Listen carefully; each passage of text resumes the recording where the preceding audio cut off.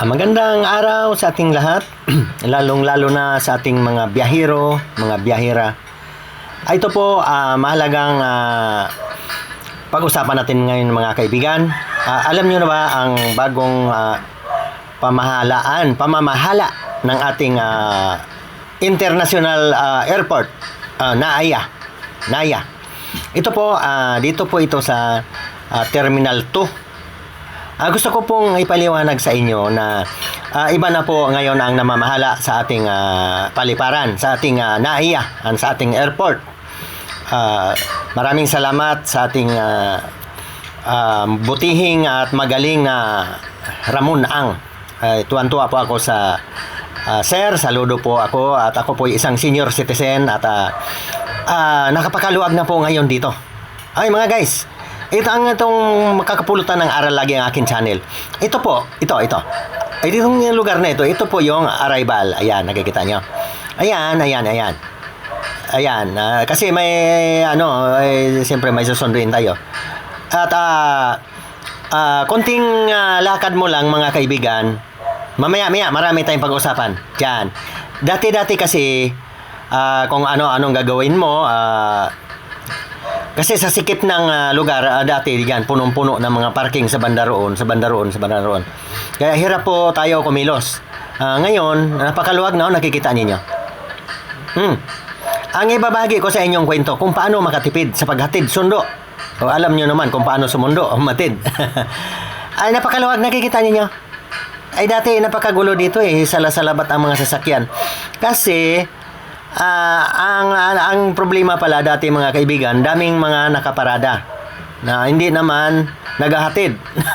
Hindi naman naghahatid ng pasahero, hindi naman nagsusundo. Kaya po lahat po itong mga kotse na yan, kung hindi man naghatid, nagsusundo. At saka mayroon din naman tayong mga Grab. Yan, kumbaga sa authorized po yan ng ating paliparan. Huwag kayong bibitaw at marami kayong matutunan sa aking channel. Sana bisitahin nyo rin ang aking YouTube channel para po ibig sabihin marami po tayong matutunan. Yan. Doon sa banda roon kasi kung gusto mo magtipid mga guys, pwede ka na sumakay dyan sa mga jeepman o jeepney, yung modern jeepney ha.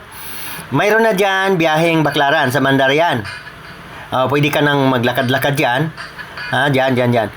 Dati kasi, hindi ka man makapaglakad dyan masyado kay minsan bawal. Ngayon talagang, doon kami sasakay. Doon ako sasakay. Naghatid kasi ako Yan, doon ako sasakay. Ibig sabihin, lalakad ka lang dyan. Dati kasi bawal dyan mga guys. Ngayon, napakaluwag.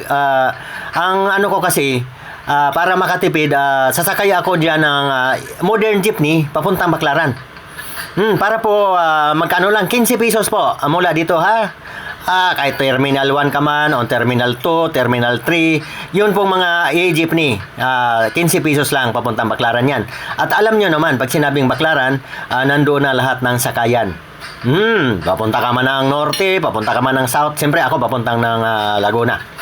Marami na pong sakayan doon. Huwag niyo yung palampasin ang video na to, tapusin ninyo at papaliwanag ko sa inyo kung paano sumakay. Ito, nakikita nyo maraming naglalakad.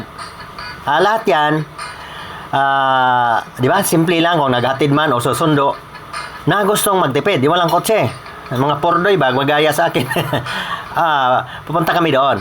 Ayan, sasakay kami dyan ng modern jeepney. Yan. Ingat lang po sa pagtawid dito. Pero wag po kayong mag-alala. May mga security dyan nakabantay. Ayan babantayan talaga, alagaan ang mga pasahero o mga nagsusundo man. Ito na. Ayan, nakikita nyo. Terminal 2 ha, Terminal 2. Pero kung Terminal 1, ganun din ang ayos. Mayroon din ganyan. Sasakay na ako dito pamuntang Baclaran. Okay, tapusin yung video at sigurado matututo kayo. 15 pesos lang. Ngayon, ang gagawin ko pagdating sa Baclaran, doon naman ako sasakay ng jeep. Kasi pauwi nga ako ng Santa Rosa, Laguna. maghanap ako doon ng biyaheng Alabang na jeep. Para mura. Gusto mo kamo magtipid. Kung yayamanin kayo, di mag-taxi kayo o may kotse kayo, di ba? Ito na, nandito na ako sa Baclaran, mga kaibigan. Ayan. Kung namumukhaan ninyo, ayan, Baclaran yan. Dito naman ako mag-antay ng jeep na papuntang Alabang. Kasi Alabang, kasunod niyan ay San Pedro, tapos Binyan, ano pa ba? Basta Binyan, kasunod niyan Santa Rosa, Laguna na. Yan po, sana makakuha kayo ng aral. Ganun po ang gagawin ninyo. Magatid man, kung magsundo, kung wala kayong kotse, mag-commute, punta na kayo ng Terminal 1, Terminal 2. Pwede po galing Baclaran po. Kasi yung mga jeepney na yan, modern jeepney, baliktaran po yan, vice versa. Mayroong biyaheng papuntang Terminal 1, Terminal 2, babalik